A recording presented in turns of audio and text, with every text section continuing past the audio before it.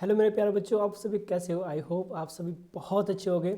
तो रसगुल्लो, आज हम स्टार्ट करने जा रहे हैं आपके क्लास 8th के एसएसटी चैप्टर का एक बहुत ही इंपॉर्टेंट चैप्टर जो आपके कॉन्स्टिट्यूशन से रिलेटेड है। ठीक है, as we know that constitution हमारे लिए कितना इंपॉर्टेंट है, तो इसीलिए चैप्टर में लेकर आया हूँ, that is the Indian judiciary system. ठीक है, क्या लाया बच्चों? Indian judiciary system. बहुत ही इंपॉर्टेंट टॉपिक है अगर मैं आपको कह दूं, क्योंकि अगर हम चीज़ों के बारे में नहीं जानेंगे ना, तो बहुत सी चीज़ें हैं जो हमारे डेली लाइफ में होती हैं, पर डे हमारे आसपास होती हैं, बट हम उनके बारे में रसगुल्लो जान नहीं पाते। तो आज इस चैप्टर के हेल्प से ना हमें उन सब के बारे में पूरी इन्फॉर्मेशन लेनी है। कि जैसे मैंने यहाँ पे कुछ रखा है कि सुप्रीम कोर्ट क्या होता है सर, ये कैसे आया सर, क्या रीज़न था सुप्रीम कोर्ट का आने का, इनकी पूरी हिस्ट्री क्या थी ये देखेंगे, हाई कोर्ट देखेंगे, और जो करंट का क्वेश्चन है हाई कोर्ट से रिलेटेड उसके बारे में भी हम बात करेंगे। डिस्ट्रिक्ट कोर्ट जो होते हैं, सिविल कोर्ट होते हैं, सिविल और क्रिमिनल जो रेवेन्यू होते हैं वो क्या होते हैं उनके बारे में जानेंगे।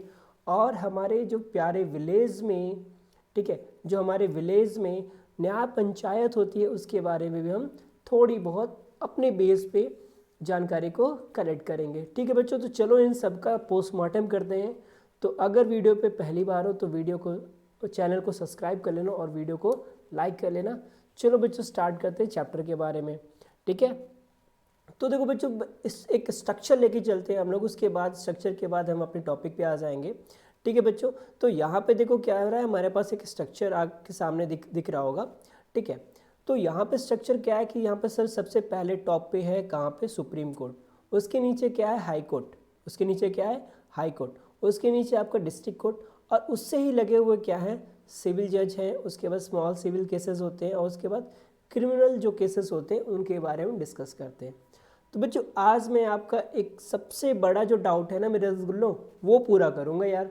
देखो एक डाउट क्या होता है आप लोगों को, आप लोगों ने देखा होगा कि आपके घर के आसपास कहीं चोरी हो जाती है। ठीक है, कहीं पे क्या होता है, कोई मर्डर हो जाता है, या फिर कहीं पे कोई एक्सीडेंट हो जाता है। तो अब ये सब चीज़ें किसके कौन से केस में आता है। ठीक है, कि क्रिमिनल केस होता है, IPUC जो लगता है, फिर या CRPC जो धाराएं होती हैं, जैसे CRPC धारा होती है, CRPC। ठीक है, तो ये जो धाराएं होती हैं क्या होती हैं, ठीक है, तो इन सभी के बारे में पूरा पोस्टमार्टम आज हम करेंगे। तो पहले देखो वर्ड आता है हमारा जुडिशरी सिस्टम। क्या वर्ड आता है बच्चों, जुडिशरी सिस्टम। देखो इसके बारे में क्या है। ठीक है, कह रहा था constitution of India provide for an independent judiciary. Independence मतलब एकदम आज़ाद, एकदम आज़ाद, यानी इस जुडिशरी पे किसी का भी पावर नहीं चलेगा। ठीक है, यानी ये अपने जो डिसीजन होगी वो फ्री देंगे, इनको कोई रोकने वाला नहीं होगा, कोई प्रेशराइज नहीं करेगा इनको कि नहीं सर ये डिसीजन आपको नहीं देना है। अरे मेरे लाडलो, इसीलिए तो इंडिया को डेमोक्रेसी कंट्री बोली जाती है। और इंडिया जो है ना बच्चों, क्या है, वर्ल्ड का फर्स्ट डेमोक्रेटिक कंट्री है, जो सबसे अधिक डेमोक्रेसी जो देखा जाए, सबसे बड़ी डेमोक्रेसी वो यहाँ पे। और जो फर्स्ट डेमोक्रेसी है बच्चों, फर्स्ट डेमोक्रेसी की बात की जाए तो वो है आपका अमेरिका। सबसे पहले डेमोक्रेसी की बात की जाए तो कहाँ पे आता है, अमेरिका आता है। ठीक, और सबसे बड़ी की बात की जाए तो हम बात करेंगे अपने प्यारे इंडिया की। ठीक है, it means that the legislative and the executive can not interfere in the work of the judiciary. मतलब ये दोनों जो है ना, एग्जीक्यूटिव और लेजिस्लेटिव, ये इंटरफेयर नहीं कर सकते। ठीक है, तो अगर सोच लो कि अगर हम PM से हमारी रिलेशन है, तो हम PM से कह के, प्रधानमंत्री नरेंद्र मोदी की बात मैं कर रहा हूँ, उनसे कह के कि हाई कोर्ट या सुप्रीम कोर्ट के कोई फैसले को चेंज करा लिया जाए, तो ऐसा नहीं है बच्चों, चेंज हो ही नहीं सकता, किसी के पास इतना पावर नहीं है। ठीक है, देखो होता क्या है, it is the body that uphold law, punishes the guilty and settled dispute. तो इनका वर्क क्या होता है, ये एक ऐसा बॉडी है जो अपहोल्ड करता है लॉ को। लॉ को क्या करता है, अपहोल्ड करता है। पनिशमेंट देता है, किसको पनिशमेंट देता है, या जो गिल्टी रहेगा उसको पनिशमेंट देता है। कहते हैं ना, इन्हें 7 साल की सजाए मौत सुनाई जाती है। ठीक है, मतलब 7 साल के बाद इनको मौत की सजा सुनाई जाती है। तो फिर ऐसा ना हो यार किसी के साथ सेटल डिस्प्यूट, यानी जैसे आपके और किसी आपके फ्रेंड में कोई डिस्प्यूट हो जाता है तो उसको भी सेटल करता है। अब देखो केवल दो लोगों में नहीं, जैसे कभी कभी क्या होता है ना, स्टेट का डिस्प्यूट स्टेट से हो जाता है तो उनका भी वो सेटलमेंट कौन करता है भाई, उनका भी सेटलमेंट कौन करता है, कोर्ट ही करता है। ओके, यहाँ तक देखो अभी पूरा बताऊंगा, बहुत से ऐसी चीज़ें हैं इसमें। It safe guard of the basic right of the citizen India.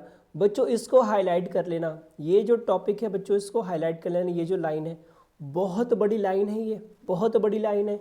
क्या कह रहा है, it safe guard the basic right of the citizen of India. अरे मेरे लाडलो, इसका मतलब ये क्या कह रहा है कि अगर हमारे जो राइट्स हैं, हमारे जो राइट्स हैं, अगर हमारे राइट्स को कोई भी टच करता है, कोई भी हमारे राइट्स को क्या करता है, कोशिश करता है इनके राइट्स को ख़त्म कर दिया जाए, तो आप लोग हाई कोर्ट में या सुप्रीम कोर्ट में, हाई कोर्ट में आर्टिकल 32 और सुप्रीम कोर्ट में आर्टिकल 100, सॉरी उल्टा हो गया, ठीक है, हाई सुप्रीम कोर्ट में आर्टिकल 32 और हाई कोर्ट में 200 समथिंग आर्टिकल है, मुझे याद नहीं आ रहा है। इस आर्टिकल के तहत आप सुप्रीम कोर्ट और हाई कोर्ट में अपील कर सकते हो। ठीक है बच्चों, अभी मैं बता दूंगा या फिर मैं नीचे कमेंट में लिख दूंगा या फिर आगे मेंशन कर दूंगा, अभी ध्यान माइंड से थोड़ा स्लिप कर गया। ठीक है, तो याद रखना 32 के तहत कहाँ पे, सुप्रीम कोर्ट में, याद करिए रखिएगा, आर्टिकल 32 के तहत सुप्रीम कोर्ट में आप जाके इस चीज़ को अपील कर सकते हो।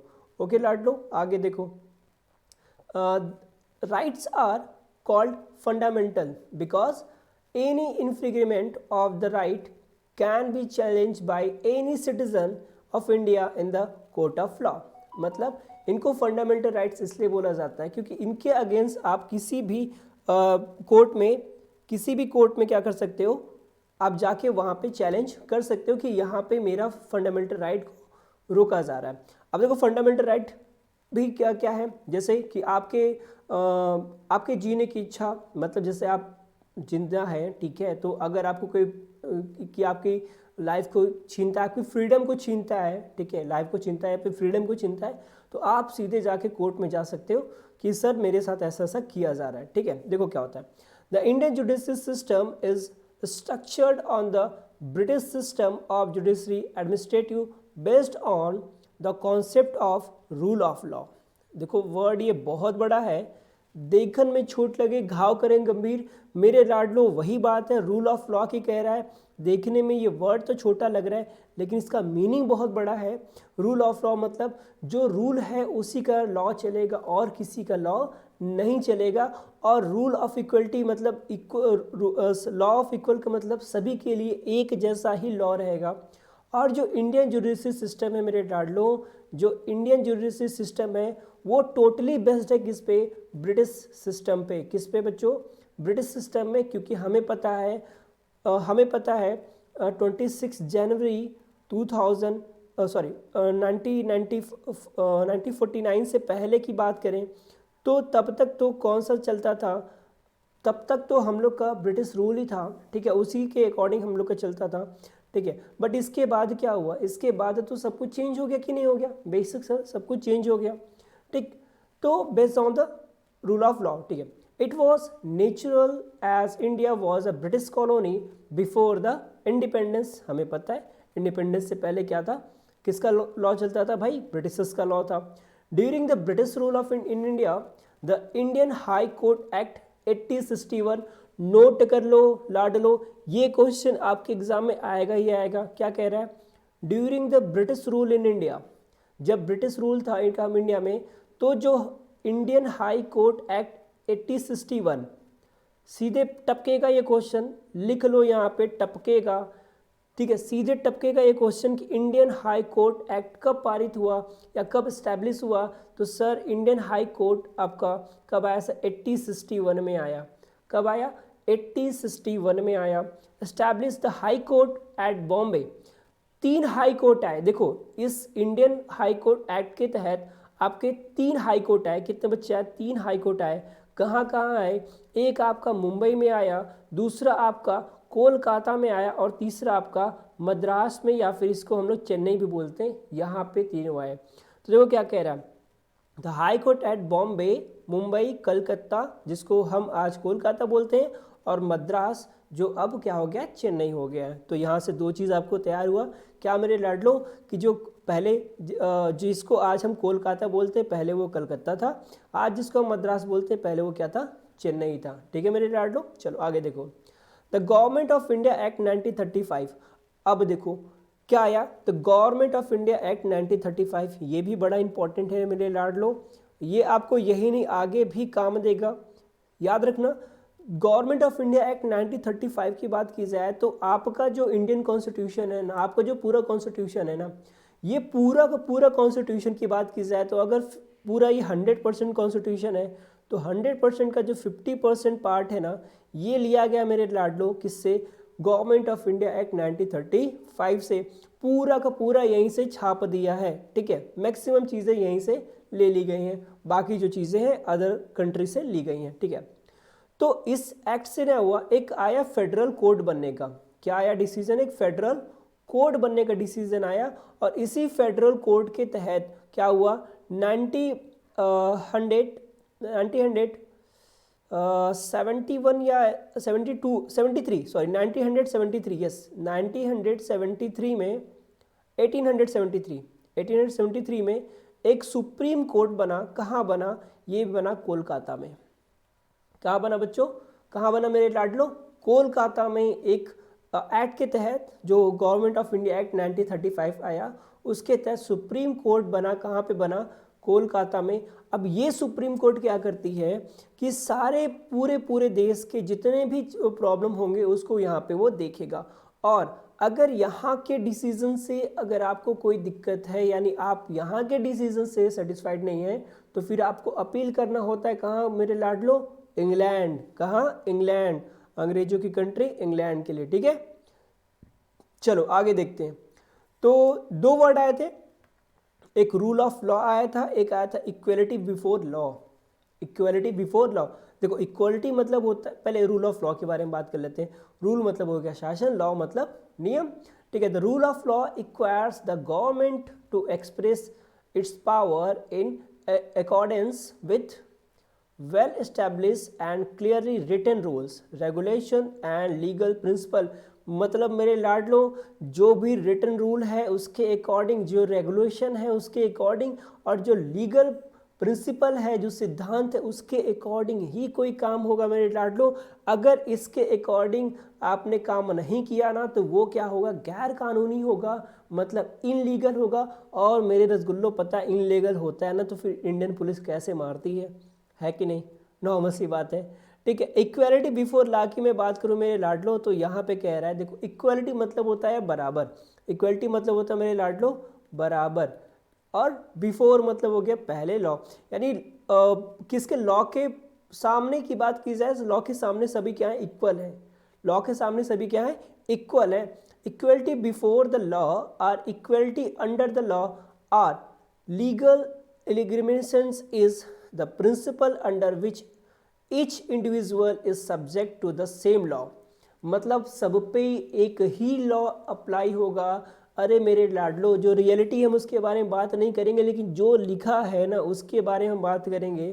ठीक है, वो तो हमें पता है, आपको भी पता है कि जो होता है पेपर में वो रियल तो नहीं होता, बट हमें इसको ऐसा करना है मेरे लाडलो, हमें क्या करना है, इसे पूरा करना है। ठीक है, तो यहाँ पे कह रहा है कि जो भी चीज़ लिखा है उसी के सामने हम सब लोग क्या करेंगे, इक्वल रहेंगे, और कोई चीज़ नहीं। अगर लॉ है, अगर मान लीजिए प्रेसिडेंट है, आपके प्रेसिडेंट है, इन्होंने कोई अगर गलत काम कर दिया तो भाई इनके लिए जो नियम होगा, अगर मान लो इन पे आर्टिकल 302 लग गया, आईपीसी की धारा 302 लग गई। ठीक है, यानी 302 आपका मर्डर का केस होता है। ठीक है, अब प्रेसिडेंट तो मर्डर करने जाएंगे नहीं, इन केस हो गया मान लो। ठीक है, ये मर्डर करते हैं या फिर कोई और मर्डर करता है, जैसे मान लो कोई एक छोटा मोटा लड़का मर्डर कर देता है, या फिर एक पर्सन जो नॉर्मल कॉमन मैन भी मर्डर कर देता है ना, तो इस पर भी 302 ही लगेगा। अब ये बात अलग है, इनको थोड़ी सी प्रायोरिटी मिल जाती है कि जब तक ये अपने पोस्ट पे हैं तब तक इन पे कोई, याद रखना एक क्वेश्चन बहुत इंपॉर्टेंट बता रहा हूँ मेरे लाडो, जब तक प्रेसिडेंट अपने पोस्ट पे है तब तक आप इस पे कोई भी अध्यादेश या फिर कोई भी आप एफआईआर वगैरह दर्ज नहीं कर सकते। इन्हें इनके पोस्ट से हटाने के बाद ही इन पे कोई कार्रवाई हो सकती है। ठीक है, आइए आगे देखते हैं। The judiciary of India is independence body. Judiciary of India कैसी है भैया, ये इंडिपेंडेंट बॉडी है and it separate from the executive and legislative bodies of Indian government. ये तो हमने पहले बता दिया, बिल्कुल अलग है। The judicial system of India has certified into various level, अलग अलग लेवल पे है। मैंने पहले ही बताया आपको, मैंने चार्ट भी दिखाया था, याद करिए। तो क्या बताया था, सबसे पहले जो है ना वो सुप्रीम कोर्ट है, उसके बाद क्या है हाई कोर्ट है, उसके बाद क्या है स्टेट लेवल है, उसके बाद डिस्ट्रिक्ट लेवल है, डिस्ट्रिक्ट कोर्ट जिनको बोल सकते हो, और एट द लास्ट क्या है विलेजों में आपको मिलेंगे मेरे प्यारे पंचायत, है कि नहीं बच्चों? बिल्कुल यार, बिल्कुल सही। क्या मिलेंगे? पंचायत मिलेंगे। तो यहाँ पे देख सकते हैं कि सबसे देखो नीचे से आते हैं, सिविल कोर्ट है, सिविल कोर्ट के केस अगर मान लो सिविल कोर्ट है, फिर क्राइम कोर्ट है, दो टाइप के कोर्ट होते हैं, ठीक है। ये जाएंगे सब ordinate court at district level में जाएंगे, अगर यहाँ भी कुछ इनका नहीं बना तो फिर ये हाई कोर्ट में अपील करेंगे। हाई कोर्ट में भी ये अपना अगर मान लो कि सेटिस्फाइड नहीं है तो फिर ये सुप्रीम कोर्ट में जाएंगे, और मेरे लाडलो सुप्रीम कोर्ट का डिसीजन हो गया ना तो वो फाइनल हो गया, उसके बाद वो कुछ नहीं कर सकते। अब जैसे कुछ यहाँ पे भी है, जैसे रेलवे ट्रिब्यूटरी कंज्यूमर कोर्ट है आपका, फिर डेप्ट रिकवरी ट्रिब्यूट कोर्ट है, टैक्स से रिलेटेड है, सर्विस से रिलेटेड है, ठीक है, डेप्ट रिकवरी से रिलेटेड है, रेलवे से रिलेटेड है। तो ये जो स्पेसिफिक है तो ये सब भी पहले होंगे, इसके बाद ये सीधे सीधे कहाँ जाएंगे? हाई कोर्ट में जाएंगे, हाई कोर्ट से फिर कहाँ जाएंगे? सुप्रीम कोर्ट में जाएंगे। अच्छा लाडलो, एक क्वेश्चन आपसे है, आपने देखा होगा कि ये जैसे यहाँ पे एक न्याय की मूर्ति होती है ना, यहाँ की न्याय की मूर्ति होती है, हाथ में मस्त तराजू पकड़े होती हैं, उनके आंखों पे पट्टी बंधी होती है, उसके पीछे का रीज़न क्या है ये आप मुझे कमेंट बॉक्स में बताइएगा। बड़ा अच्छा क्वेश्चन है, मैं देखता हूँ कितने मेरे लाडलों को इसका आंसर पता है। चलो बच्चों बात करते हैं सुप्रीम कोर्ट ऑफ इंडिया की। अरे देखो आ गया हमारा सुप्रीम कोर्ट ऑफ इंडिया। तो भाई सुप्रीम कोर्ट इंडिया की बात करें तो मैंने बोला था ये कब बना, 1935 एक्ट के तहत बना। कब बना? 1873 में। कभी बना बच्चों? 1873 में आपका बना। Okay, the supreme court has a maximum strength of जजेस 34। देखो सुप्रीम कोर्ट में जजेस कितने हो सकते हैं? 34 जजेस हो सकते हैं, included the chief justice who is the repository of all जजेस पावर। देखो होता क्या है, अगर सुप्रीम कोर्ट की बात करें तो सुप्रीम कोर्ट में जो जज होते हैं बच्चों, जज होते हैं उसमें दो टाइप के जज होते हैं, एक होते हैं चीफ जस्टिस, एक होते हैं चीफ जस्टिस और दूसरे होते हैं नॉर्मल जज, ठीक है। तो चीफ जस्टिस तो एक हो गया और बाकी इसके हो गए 33। कितने हो गए? 33। और मेरे लाडलो 1-3 करोगे तो कितना आ जाएगा? ये 34 आ गए। तो मैक्सिमम कितने हैं भाई? ये 34 है। कितने हैं? 34 है। और एक काम आपके लिए बच्चों, जल्दी से बताओ, जल्दी से कमेंट सेक्शन में जाओ और मुझे बताओ कि सुप्रीम कोर्ट के जो चीफ जस्टिस हैं उनका नाम क्या है, ठीक है, उनका नाम क्या है? जल्दी से बता दो बच्चों मुझे। और देखो इनके जो जज होंगे ना, इनकी जो एज होगी वो 65 ईयर तक होगी। कितना होगा? 65 ईयर्स तक होगी। और बच्चों एक बात बताओ, इनको जो सैलरी मिलती है, इनको जो सैलरी मिलती है वो 2.5 से 2.8 लाख पर मंथ। अरे बाबू बहुत सारा पैसा मिल गया यार इनको। कितना मिल गया? 2.5 से 2.8 लाख पर मंथ रुपए इनको क्या मिलता है? मंथली मिलता है। इतना सारा रुपया इनको क्या होता है बच्चों? मंथली इतना सारा इनका रुपया मिलता है। एक मिनट बच्चों रुक जाओ थोड़ा सा, ठीक है। इनकी जो सैलरी इनकम मंथली कितनी है? 1 हाँ ठीक है चल रहा है, ठीक है। तो इनकी पूरी सैलरी कितनी है मंथली इनकम? इनकी पूरी मंथली इनकम 2.5 से 2.8 लाख तक है। तो सर 2.5 किसका होगा? तो सर 2. इन जजों का होगा बच्चों। ये जो है ना 33 जजेस हैं इनका है 2.5 लाख, ठीक है। और सर 2.8 किसका होगा? सर 2.8 इनका होगा जो है आपके चीफ जस्टिस। नॉर्मल सी बात है यार, बड़े हैं तो इनकी थोड़ी सी क्या होगी? सैलरी अधिक होगी, इसलिए इनको थोड़ा सा ज़्यादा मिल जाता है, ठीक है बच्चों। आगे देखो क्या कह रहा है, आगे देखिए, मैं थोड़ा सा पेन का कलर चेंज कर लूँ। हाँ आगे देखो, ये इनकी एज कितनी होनी चाहिए? 65 होनी चाहिए, ये मैंने आपको ऑलरेडी बता दिया। Okay, the chief justice of India and remaining other जजेस make up supreme court of India. ये सब मिलके क्या बनाते हैं? सुप्रीम कोर्ट ऑफ इंडिया बनाते हैं, इसको याद रखिएगा। द अपॉइंटमेंट, सबसे बात बने अपॉइंटमेंट की बात करें बच्चों, अगर इनके अपॉइंटमेंट की बात करें ना तो इनका जो अपॉइंटमेंट होता है ना, ये कौन करता है भैया? वो करते हैं प्रेसिडेंट। कौन करता है मेरे लाडलो? प्रेसिडेंट इनका क्या करते हैं, अपॉइंटमेंट करते हैं। प्रेसिडेंट अपॉइंटमेंट करेंगे किनका, चीफ जस्टिस का अपॉइंटमेंट करेंगे प्रेसिडेंट, और चीफ जस्टिस के सजेशन से जो सुप्रीम कोर्ट के 33 जजेस होंगे ना, उनका भी क्या होगा, नियुक्ति की जाएगी, अपॉइंटमेंट किया जाएगा। कौन करेगा, प्रेसिडेंट ही करेगा। बात समझ में आई कि नहीं आई? बात समझ में आई तो जल्दी से बता दो बच्चों। चलो आगे बात करते हैं। अब कुछ क्राइटेरिया होते हैं कि इन क्राइटेरिया को इन्हें फॉलो करना होता है। कि अगर मैं बोलूं, ऐसा तो है नहीं कोई भी गया और सुप्रीम कोर्ट का जज बन गया, अरे बेटा बहुत ही रिस्पॉन्सिबल प्लेस होता है, वहाँ पे ऐसे ही कोई नहीं जाके बैठ गया और जज बन गया। उसकी रिस्पॉन्सिबिलिटी बहुत ज़्यादा होती है, पसीने छूट जाते हैं एक डिसीजन देने में, इसीलिए तो देखो इतना लंबा चलता है। ठीक है, चलिए क्या देखो होना क्या चाहिए, पहली बात, सबसे बड़ी बात क्या होनी चाहिए क्राइटेरिया में, the person should be citizen of India. वो इंडिया का नागरिक होना चाहिए। कहाँ का नागरिक होना चाहिए, इंडिया का, कहीं नहीं अमेरिका पाकिस्तान का, नल्ला पाकिस्तान का हम लोग उसको, ठीक है, नहीं बना सकते। आगे देखो, the person should have the experience of minimum 5 year as a जज इन अ हाई कोर्ट। यानी हाई कोर्ट में उसे कम से कम, मैं थोड़ा इसको लिख देता हूँ, ठीक है, हाई कोर्ट में उसे कम से कम 5 ईयर का एक्सपीरियंस होना चाहिए एज अ जज। यानी हाई कोर्ट में वो 5 साल जज के वर्क पे काम कर ले, आर, ठीक है, are other 2 courts 1 after another, और कम से कम 2 कोर्ट में रहे। या फिर देखो एक और क्राइटेरिया बताता हूँ, ठीक है, हाई कोर्ट में हो गया कितने, 5 ईयर एज अ जज के टाइम वर्क कर ले, या फिर 10 ईयर भी होता है, कभी कभी आपने देखा होगा 10 ईयर भी बोलेगा।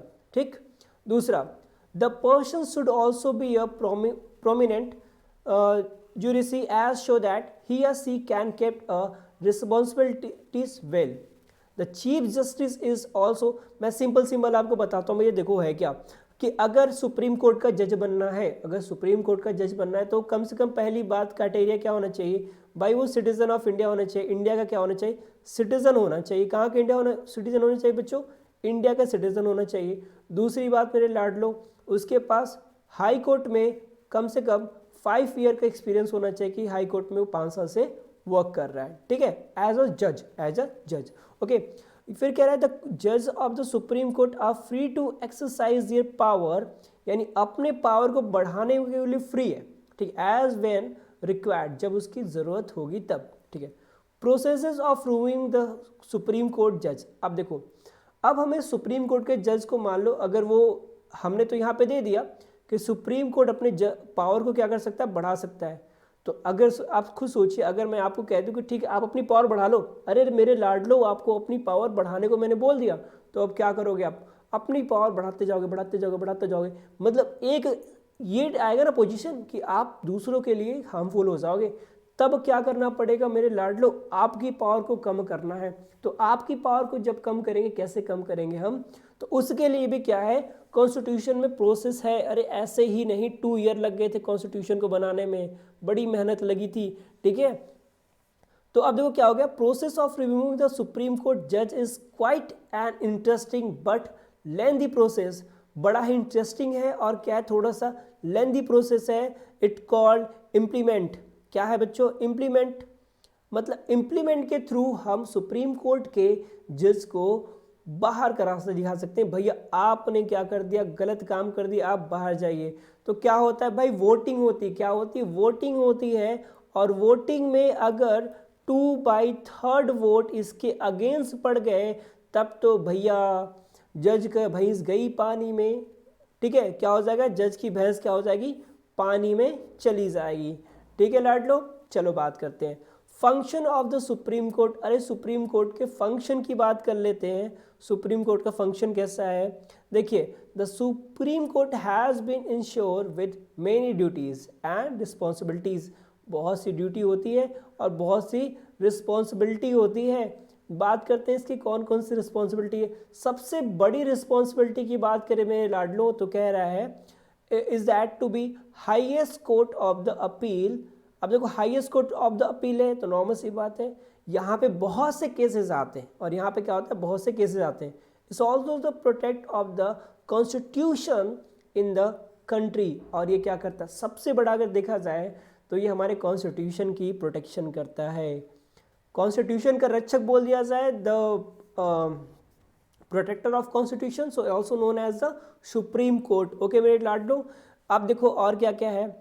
It interpret and constitutional provision and other law, और क्या भाई, as a federal court it has executive judiciary to determine dispute between the union of India and any. समझना, यहाँ पे ये किसके किसके बीच डिस्प्यूट का निवारण करेगा, उनके डिस्प्यूट को ख़त्म करेगा। Dispute between the union of India and any state. ठीक है, पहला देखो डिस्प्यूट किसके बीच में क्लियर कर रहा है, इंडिया एंड एनी स्टेट, पहला ये हो गया। दूसरा क्या हो मेरे लाडलो, दूसरा कह रहा है, ठीक है, at the other hand also dispute between various state, मतलब स्टेट वर्सेस स्टेट, आपने सुना होगा स्टेट वर्सेस स्टेट। तीसरा डिस्प्यूट क्या होगा, अंडर, ठीक, आर्टिकल 32, देखो यहाँ पे आ गया ना आर्टिकल 32 के तहत। और क्या होगा, देखो अब हो गया पर्सन वर्सेस स्टेट। ठीक है, पर्सन वर्सेस स्टेट, यानी किसी पर्सन से और स्टेट के बीच जो विवाद होगा, जो डिस्प्यूट होगा, उसको भी हम सुप्रीम कोर्ट में ले जाके उसका सोल्यूशन कर सकते हैं। किस आर्टिकल के तहत, तो सर आर्टिकल 32 के तहत। किस आर्टिकल के तहत बच्चों, आर्टिकल 32 के तहत। ठीक है, तो right a court order and enforce of the fundamental right guarantee under the constitution of India. और यहाँ पे फंडामेंटल राइट्स की भी क्या देता है, गारंटी देता है। कौन देता है गारंटी, कॉन्स्टिट्यूशन ऑफ इंडिया इसकी गारंटी देता है हमको। तो इतनी बात तो आपको समझ में आ गई नहीं, चलो आगे की बात कर लेते हैं यार। As the highest court of appeal in could hear appeals from the state high court as civil, criminal or constitutional matter। तो ये हाईएस्ट कोर्ट होने की वजह से ना इसके पास पावर है कि ये अपने कोर्ट को सुप्रीम कोर्ट की जगह हाई कोर्ट में भी और स्टेट कोर्ट में भी जाके आराम से सुन सकता है। ठीक है, कार्रवाई कर सकता है, इसको कोई रोकने वाला नहीं है। ठीक है, under article 136 The Supreme Court can also allow appeal from any tribute of our court। Okay, तो यहाँ पे ये चीज़ें आपकी क्लियर हो गई। अब चलो बात करते हैं द स्टेट जुडिशरी के बारे में कि सर स्टेट जुडिशरी ये क्या भला है। तो स्टेट जुडिशरी की बात करें तो बच्चों ये है हाई कोर्ट। ये क्या बच्चों आपका हाई कोर्ट, जिसको जैसे आपका इलाहाबाद में एक हाई कोर्ट है ना, बिल्कुल वैसे ही मेरे लाडलो हर स्टेट में एक हाई कोर्ट होता है। ठीक है, high court for each state and subordinate court is each district. Each high court consists of a chief justice and number of other judges। ठीक है, अब देखो यहाँ पे यार कह रहा है कि कुछ चीफ जस्टिस भी होते हैं और कुछ क्या होते हैं, जजेस भी होते हैं, जैसे कि सुप्रीम कोर्ट में थे। ठीक है, द हाई कोर्ट जजेस are appointed by the president. अब हाई कोर्ट के जज को कौन अपॉइंट करेगा मेरे लाडलो, प्रेसिडेंट ही करेगा। ठीक है, constitution with the chief just consulting with the chief justice of India, जो चीफ जस्टिस ऑफ इंडिया के डिस्कस करने के बाद, and the chief justice of the state. The high court जज hold the office until he या she reach the age of 62। अरे मेरे लाडलो, अगर 2 वर्ड में मैं इसका बताना चाहूँ ना, तो 2 वर्ड में अगर मैं इसके बारे में बात करूँ तो जो हाई कोर्ट होता है ना, हाई कोर्ट के जो जज होते हैं, इसकी जो अपॉइंटमेंट करेगा वो कौन करेगा, हमारे प्यारे प्रेसिडेंट करेंगे। और आपको पता नहीं इस समय प्रेसिडेंट कौन है, बिल्कुल सही, रामनाथ कोविंद। ठीक है, कौन है, मिस्टर रामनाथ कोविंद जी हैं। ठीक है लाडलो, कौन है मेरे बच्चों, रामनाथ कोविंद जी हैं इस समय हमारे प्रेसिडेंट। ओके, तो ये नियुक्ति करेंगे जितने भी जजेस होंगे सुप्रीम कोर्ट के और हाई कोर्ट के, उनके किसके कंसल्टेंसी से, भाई सुप्रीम कोर्ट के जज से और हाई कोर्ट के जज से कंसल्ट करके करेंगे। अब देखना थोड़ा सा डिफरेंस क्या है, डिफरेंस ये है कि इनकी जो एज होती है ना, इनकी जो एज होगी वो होगी केवल 62 ईयर। कितनी होगी, 62 ईयर तक ये हाई कोर्ट के जज बन सकते हैं। उसके बाद इनको भैया कहेंगे भैया अब आप कार्य के लायक नहीं है, बट कोई ना कोई विधेयक ला के इनके एज को बढ़ा के इनके वर्क को 1 ईयर 2 ईयर एक्सटेंड किया जा सकता है इन एनी केस। ठीक है, अगर बात करें प्रेजेंट के बच्चों, तो प्रेजेंट में आपके 25 हाई कोर्ट ऑफ इंडिया हैं। कितने इंडिया में कोर्ट है, 25 कोर्ट है। अब आप कहोगे सर स्टेट जो है हमारे स्टेट तो हमारे 28 है, 28 स्टेट है इस टाइम, हाई कोर्ट 25 हो गए।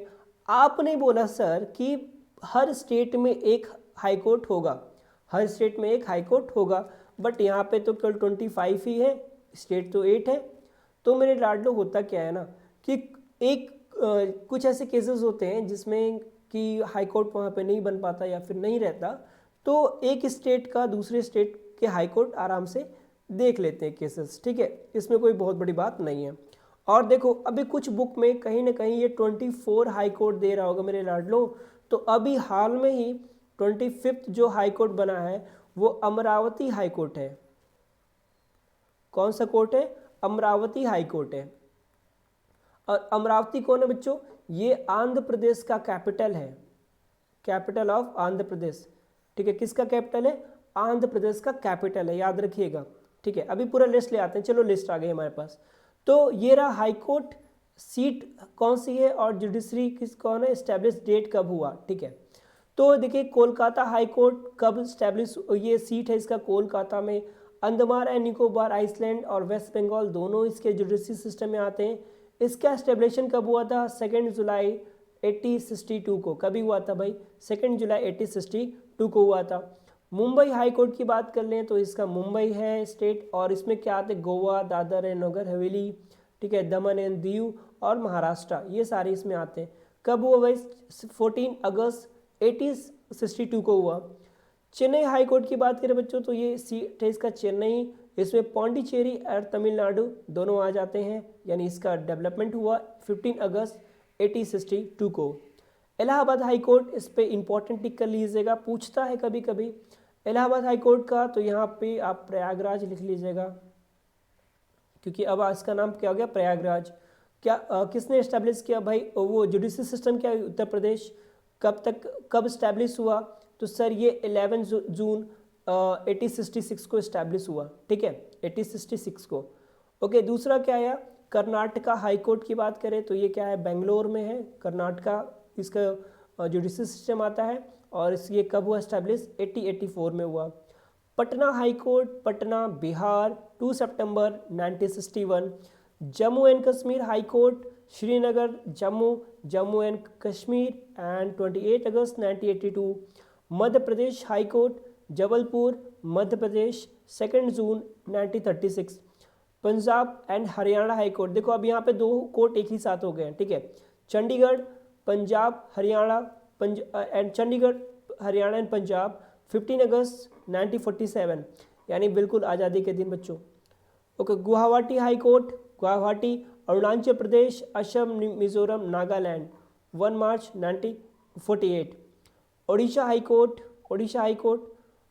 छुट्टक ओडिशा, 3 अप्रैल 1948।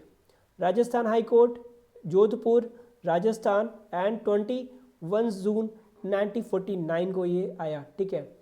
13 की बात करें तो high court of justice at Hyderabad Andhra Pradesh और तेलंगाना दोनों देखता है, और अब आंध्र प्रदेश का नया आ गया क्या? अमरावती, ठीक है बच्चों, ये 5 जुलाई 1954 को आया। Kerala high court Kochi, Kerala and Lakshadweep के बारे में बात करेंगे 1956 में। गुजरात हाई कोर्ट अहमदाबाद गुजरात, 1 मई 1960। Delhi high court New Delhi, national capital territory of Delhi, और ये करेगा बात 31 अक्टूबर 1966 को। Himachal Pradesh high court Shimla, Himachal Pradesh 1971। Sikkim high court Gangtok Sikkim and 16 मई 1975।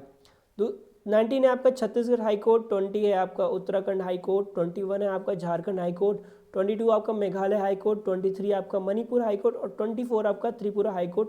और अभी बच्चों 25 की बात करें तो अभी मैंने बताया ये आपका कहाँ पे खुलेगा? अमरावती में खुलेगा। कहाँ पे बच्चों? अमरावती में, जो अभी कैपिटल है किसकी? कैपिटल है आंध्र प्रदेश की। किसकी कैपिटल है? आंध्र प्रदेश की कैपिटल है, ठीक है बच्चों। चलो आगे बढ़ते हैं। There are high courts in almost the state of the India and Union Territory. They decide both civil and well as a criminal case. अब देखो यार सबसे बड़ा प्रॉब्लम यहाँ पे आया, ये आया सिविल, दूसरा आया क्रिमिनल केस। अभी बात करेंगे, पूरा पोस्टमार्टम करेंगे किसका? सिविल और क्रिमिनल केस दोनों ही केसेस का पूरा पोस्टमार्टम करेंगे, ठीक है। देखो, there are also high courts that serves more than one Indian state और यूनियन टेरिटरी। अभी मैंने बताया आपको, high court of Guwahati looks after the case of all the 7 north sister. अब देखो यहाँ पे एक ज्योग्राफी का क्वेश्चन आ गया कि 7 नॉर्थ देन स्टेट, यानी बच्चों अगर मैं यहाँ पे आपको बताऊं, ठीक है, तो इस एरिया में जो आपका पड़ता है, ठीक, इस एरिया में जितनी स्टेट है ना, ये यहाँ से, ठीक है, असम हो गया, अरुणाचल प्रदेश हो गया, मिजोरम, मेघालय, नागालैंड, ठीक है, ये जितने भी स्टेट हो गए ना, ये पूरे इनको बोलते हैं 7 सिस्टर। क्या बोलते हैं बच्चों? 7 सिस्टर। तो 7 सिस्टर में कितने इनका 7 सिस्टर का नाम क्या क्या है, आप लोग मुझे कमेंट बॉक्स में करोगे, मुझे पक्का यकीन है आप लोग कमेंट बॉक्स में जरूर इनका नाम बताइएगा मुझे, ठीक है। आगे देखो, meaning and difference between civil and criminal cases. तो बच्चों यहाँ पे आप थोड़ा सा हो गए कंफ्यूज, तो मैं आपको एक स्टोरी सुनाता हूँ, उस बात को समझिएगा। देखो, अब मैं एक स्टोरी सुनाता हूँ, ठीक है, समझिएगा, स्टोरी को सुनिएगा। मान लीजिए यहाँ पे एक पर्सन राम है, एक पर्सन मोहन है, ठीक है, एक पर्सन राम है, एक पर्सन मोहन है, ये केस 1 है। ये हमारे पास क्या है? केस ए। केस बी हमारा ये आएगा बच्चों, केस बी हमारा ये है आपके कौन? अमित। चलो, अमित है, और ये कौन है? किसको ले लिया जाए बताओ? चलो फिर हिशोमिया, पता नहीं कौन है, नाम आया, मैंने ले लिया, हिशोमिया को ले लिया जाए। अब देखो बच्चों, यहाँ पे राम है, यहाँ पे मोहन है। हुआ क्या, राम ने एक कंपनी खोली। क्या खोली इसने? कंपनी खोली, और कंपनी खोलने के बाद इसने बोला कि मैं पार्ले जी बिस्किट क्या करूँगा? बनाऊँगा। क्या बनाऊँगा? पार्ले जी बिस्किट बनाऊँगा। तो इसने मोहन से कॉन्ट्रैक्ट लिया, किसके लिए? कि ऑयल के लिए। किसके लिए? ऑयल्स के लिए एक कॉन्ट्रैक्ट पे साइन किया। किस पे साइन किया? कॉन्ट्रैक्ट पे साइन कर लिए ये दोनों लोग कि मैं आपको इतना अमाउंट दूंगा और आप मुझे इतना ऑयल दीजिएगा, मैं आपको एक्स अमाउंट दूंगा, आप मुझे वाई ऑयल दे दीजिएगा। बट हुआ क्या, ठीक है, बट हुआ क्या, मोहन ऑयल प्रोवाइड करने में सफल नहीं हो पाया, ठीक है, सफल नहीं हो पाया, ठीक है। इसने बोला कि मैं आपका ऑयल प्रोवाइड नहीं करा पाऊंगा, मेरे साथ कुछ प्रॉब्लम हो गई है, और आपका मैं अमाउंट भी अभी नहीं दे सकता, अमाउंट भी अभी मैं आपको नहीं दे सकता, ठीक है। तो अब देखो, इसने तो सारे के सारे इंक्रीमेंट खरीद लेते भाई, वीट खरीद लिया, ठीक है, कंपनी लगा दी इसने, ठीक है, सारे फैक्ट्री में जितने मशीनरी चाहिए था वो लगा दिया बच्चों, लेकिन अब इसके पास मेन ऑयल ही नहीं है, तो अब कैसे बनाएगा बिस्किट? बनाना पॉसिबल नहीं है, नहीं बन पाएगा। तो इसका क्या हुआ भाई? लॉस हो गया। इसका क्या हुआ? लॉस हो गया। तो यहाँ पे केवल लॉस किसका हो रहा है? केवल राम का लॉस हो रहा है। किसका हो रहा है बच्चों? केवल राम का ही लॉस हो रहा है, ठीक। तो ये जो केस होता है ना, जब कोई चीज़ इंडिविजुअली किसी को इफेक्ट करे, जब कोई बात इंडिविजुअली किसी को इफेक्ट करे, तो ये हमारा जाता है सिविल केस में। किस में जाता है मेरे लाडलो? सिविल केस में जाता है। किस में जाएगा? सिविल में। जैसे आपसे मैंने कोई प्रॉमिस किया, बट वो मैंने प्रॉमिस पूरा नहीं कर पाया, तो इससे बस आप इफेक्ट हो गए। क्या हो गए? बस आप इफेक्ट हो गए, तो आपकी वजह, मेरी वजह से आपका काम नहीं हो पाया, तो ये क्या हुआ? आपका सिविल का मैटर हो गया। कौन सा? सिविल का मैटर। अब चलो बात करते अमित और हिशोमिया की। अमित ने क्या किया? हिशोमिया का मर्डर कर दिया। क्या कर दिया? मर्डर कर दिया भाई। अब देखो, जब अमित ने हिशोमिया का मर्डर कर दिया, तो अब एक बात सोचो, अब केवल इसने हिशोमिया का ही मर्डर किया, तो क्या आगे मर्डर नहीं करेगा? बेशक सी बात है, अगर ये एक का कर सकता है तो और का भी कर सकता है। तो इस पे ना, इस पे क्या होगा? इस पे गवर्नमेंट क्या लगाएगी? क्रिमिनल। इस पे क्या लगाएगी? क्रिमिनल केसेस लगाएगी। क्या लगाएगी बच्चों? क्रिमिनल केसेस लगाएगी। तो अब आपको बात समझ में आ गई होगी कि सिविल और क्रिमिनल केसेस में क्या डिफरेंस है कि नहीं बच्चों? चलो आओ देखते हैं इसमें। ध्यान देखो, what is the difference between criminal law and civil law? Civil law और क्रिमिनल लॉ में क्या डिफरेंस है? देखो, क्रिमिनल लॉ की बात करें, criminal law is all about the public mislead and breaches, यानी ये केवल पब्लिक से रिलेटेड है, यानी एक दूसरे के आपस में, ठीक है। सिविल लॉ क्या होता है? The law about the crime in which parties are involve in a crime prevalent and called civil law. दूसरा क्या है? According to criminal law only limited appeals can be done. यहाँ पे केवल लिमिटेड अपील क्या हो सकती है? डन हो सकती है। But in civil law both parties have the right to conduct appeals, यानी यहाँ पे आप अपील पे अपील, अपील पे अपील, अपील पे अपील कर सकते हो, ठीक है। In this law fines are given in the states, यानी स्टेट्स को फाइन देना पड़ता है। In the composition are given to the individuals. ऐसा समझना कि आपने क्या किया कि आपने यहाँ पे किसी का मर्डर कर दिया तो उसको कुछ ना कुछ अमाउंट देना पड़ता है, ठीक है। अमाउंट जैसे दे के कहते हैं ना, अरे भाई एक्सीडेंट हो गया, एक्सीडेंट भी किस में जाएगा? क्रिमिनल केस में जाएगा। तो क्या होता है, लोग राजी हो जाते हैं कि हाँ कुछ पैसे ले दे के आप लोग मैटर को शांत कर दो। कोशिश ये की जाती है कि मैटर हाई कोर्ट या सुप्रीम कोर्ट या फिर किसी कोर्ट में ना पहुँचे, तो वहीं पे पैसे उसे दे के मामले को रफा दफा कर दिया जाता है, ठीक। तो ये आपकी चीज़ें होती हैं। मेन डिफरेंस आपका ये होता है, राम और श्याम और हिरोशिमा को याद रखना, बाकी सारा काम हो जाएगा। चलो बात करते हैं सबऑर्डिनेट कोर्ट या डिस्ट्रिक्ट एंड सीजनल कोर्ट की बात करते हैं मेरे लाडलों। तो इसमें देखो, civil cases are dealt with in the district court and criminal cases are heard in the session court. यानी जो सिविल केसेस होते हैं और डेप्थ केसेस होंगे, ये कहाँ सुने जाएंगे बच्चों? ये सुने जाएंगे डिस्ट्रिक्ट कोर्ट में। और जो आपके क्रिमिनल केसेस होते हैं ना, उनकी हियरिंग कहाँ होगी? देखो, केसेस को सुना मतलब हियरिंग होना, ठीक है। ये होंगे आपके सीजन कोर्ट में। कहाँ होंगे? सीजनल कोर्ट में ये आपके होंगे, ठीक है। द डिस्ट्रिक्ट जज dispute justice in both the court is at the district level. अब देखो दूसरा आता है लोक अदालत या फिर पीपुल्स कोर्ट। अरे लोक अदालत की बात करते हैं तो आप लोगों ने सुना होगा कि आज तो लोक अदालत लगी हुई है। मतलब ये डिपेंड करता है यार वहाँ के किस पे, डिस्ट्रिक्ट अथॉरिटी पे, यानी डीएम पे। किस पे? डिस्ट्रिक्ट अथॉरिटी हो गया, मतलब डीएम हो गए। Supreme court legal service committee and the high court legal service committees are taluk legal services. तो ये उन पे डिपेंड करता है कि वो कहाँ पे लोक अदालत को लगा सकते हैं, ठीक है बच्चों। तो ये आप देख सकते हो कि डिस्ट्रिक्ट, ये आपका सिविल केसेस ये हो गया, क्रिमिनल केसेस आपका ये हो गया, ठीक है। डिस्ट्रिक्ट कोर्ट है, सिविल जजेस सीनियर्स डिवीज़न है, सिविल जज जूनियर डिवीज़न है, सिविल मेट्रोपोलियन है और मजिस्ट्रेट, यानी ये सिविल के केसेस को सुन सकते हैं। क्रिमिनल केसेस को सीजनल कोर्ट में पहले तो बात पेश किया जाता है, एडिशनल सीजनल कोर्ट लगाए जा सकते हैं। चीफ जस्टिस मजिस्ट्रेट जो होते हैं वो कर सकते हैं और मजिस्ट्रेट भी इसकी सुनवाई कर सकते हैं, ठीक है बच्चों। अब देखो आ जाओ, तो यहाँ पे एक चीज़ है, जैसे the focus of the Lok Adalat is on appreciation or compromise. यानी जो लोक अदालत का मेन फोकस होता है ना, वो क्या होता है कि मैटर यहीं पे ख़त्म हो जाए, कोर्ट में ना जाए, क्योंकि कोर्ट के पास खुद ही इतने सारे मैटर होते हैं कि किसको किसको सॉल्व करेगा, ठीक है मेरे लाडलो। तो यही क्यों कोशिश की जाती है कि जितने मैटर है ना यहीं पे निपट लो यार, क्या मतलब उधर जाने का, वहाँ जाओगे इतना पैसा लगेगा। कहते हैं ना, लोग समझाते हैं, देखो वहाँ गए इतना पैसा उससे लगेगा, ये होगा वो होगा, इतने कोर्ट कचहरी के चक्कर काटोगे। तो होता क्या है, कभी कभी जैसे मान लो अगर कोई 50 ईयर का है, ठीक है, इसने कोर्ट में कोई कोर्ट में कोई केस कर दिया, अरे मेरे लाडलो ये 70 ईयर का हो जाएगा ना, तो भी इसका कोर्ट कचहरी के चक्कर चलता रहेगा, ठीक है, वो चलता रहेगा।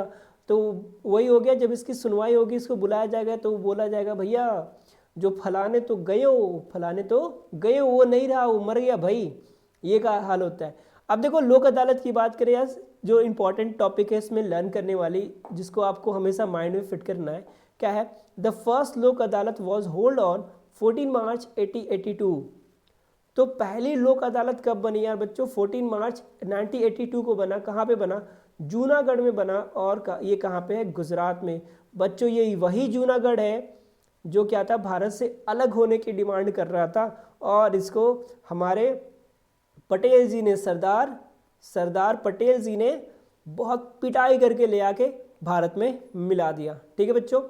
देखो पब्लिक इंटरेस्ट लेजिस्लेशन, अरे बच्चों PIL, क्या है बच्चों? PIL बड़ी अच्छी चीज़ है, public interest litigation, public interest litigation. अरे बच्चों आप लोगों ने मूवी देखा होगा जॉली LLB, देखा है ना, जॉली LLB।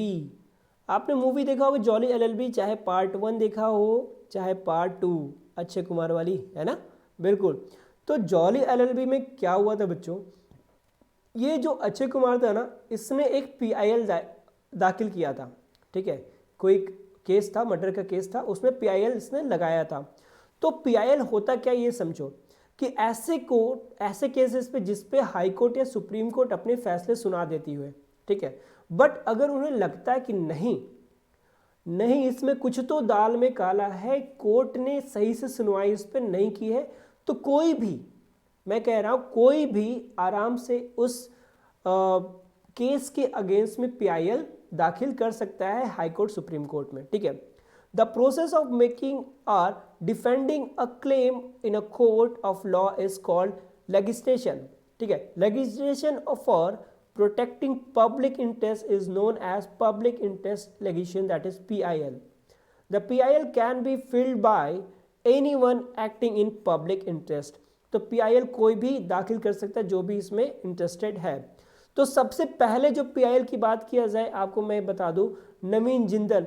अरे बेटा ये वो शेर है ना, ये वो बब्बर शेर है नवीन जिंदल ना, जिसकी वजह से क्या हुआ देखो, ठीक है, इसने PIL की and industrial and member of parliament, जो क्या थे, मेंबर ऑफ पार्लियामेंट है, filed a public interest legislature to allow to citizen of India to host the national flag. अरे बड़े गर्व की बात है मेरे लाडलो, इतना बड़ा PIL इसने जारी कर दिया कि सबको क्या होना चाहिए, जो भी भारतीय हैं उनको नेशनल फ्लैग होस्ट करने की इजाज़त मिल जाए। The supreme court ruled in his favour, और सुप्रीम कोर्ट ने क्या किया, इसके फेवर में डिसीजन दे दिया। Asking to the government of India to consulting the matter, the union cabinet of India then amended constitution with effect for 26 January 202 allow citizen for the India to host the flag on any day of the year। यानी उस दिन बोल दिया कि आप 26 जनवरी के बाद भी 26 जनवरी 202 को इसका डिसीजन आया कि किसी भी दिन आप इंडियन के फ्लैग को होस्ट कर सकते हो, subject to dear safeguarding the dignity honour and respect of the flag. मतलब ये अपने डिग्निटी, ऑनर और रिस्पेक्ट ऑफ फ्लैग के अगेंस्ट आप लोग नहीं जाओगे, और इसके लिए आप लोग ऐसा कर सकते हो, ठीक है मेरे लाडलो। तो यहाँ पे रहा ना, ठीक है। तो आप देखो क्या हुआ आपके चैप्टर में, ये तो रही सबसे इंपॉर्टेंट चीज़ें। तो आई होप सारी की सारी इंपॉर्टेंट चीज़ें मैंने आपको बता दी। तो बच्चों अभी आप लोगों के लिए एकदम तड़कता भड़कता चीज़ लेकर आया हूँ, बहुत ही करंट का चीज़ लेकर आया हूँ। ये देखो, ये आप देख रहे हो ना यहाँ पे, ये जो है ना, यही क्या है आपके नवीन जिंदल है। कौन है बच्चों, नवीन जिंदल आपके यही है, ठीक है, जिंदल, ठीक है। कौन है बच्चों, नवीन जिंदल। इन्हीं की वजह से हम लोग कभी भी नेशनल फ्लैग को होस्ट कर सकते हैं। अब देखो इंपॉर्टेंट नोट्स क्या है बच्चों हमारे पास। अब मैंने बोला था ना सुप्रीम कोर्ट के चीफ जस्टिस कौन है, तो ये है शरद बोबडे। कौन है, शरद बोबडे। और दूसरा हाई कोर्ट के चीफ जस्टिस कौन है, तो मोहम्मद रफीक। तो इनकी फिगर भी देख लिया जाए तो ये रहे भाई, क्या मस्त देख रहे हो, स्माइली मार रहे, देख रहे हो इनका स्माइल, बिल्कुल खुश हो गया कि बच्चों ने मुझे देख लिया, मेरे रसगुल्लों ने देख लिया।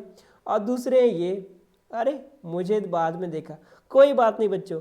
तो यार देखो यहाँ पे तो सारे टॉपिक आपके खत्म हो गए। तो वीडियो कैसे लगे तो जरूर कमेंट बॉक्स में बताना यार, ठीक है। और एक चीज़ तो यार करना भूलना ही मत, आप लोग वीडियो को लाइक कर लो, ठीक है। चैनल पे नए हो तो उसको सब्सक्राइब कर लो, और इसको जम के शेयर कर दो, सबको शेयर कर दो कि ये टॉपिक अब आपका कहीं बाहर जाने वाला नहीं है मेरे लाडलो। और मैं आपको प्रॉमिस करता हूँ एक एक टॉपिक आपके माइंड में ऐसे याद करा दूंगा ना, तो आप बोलोगे यार ये जीएस वाला पोर्शन तो एकदम क्लियर हो गया, ठीक है। एसएसटी से डरने का नहीं, एसएसटी से डरने का नहीं, सॉल्व करने का। चलो बच्चों फिर मिलते हैं नेक्स्ट वीडियो में, तब तक के लिए अपना ख्याल रखना और फिर साइन आउट, बाय बच्चों।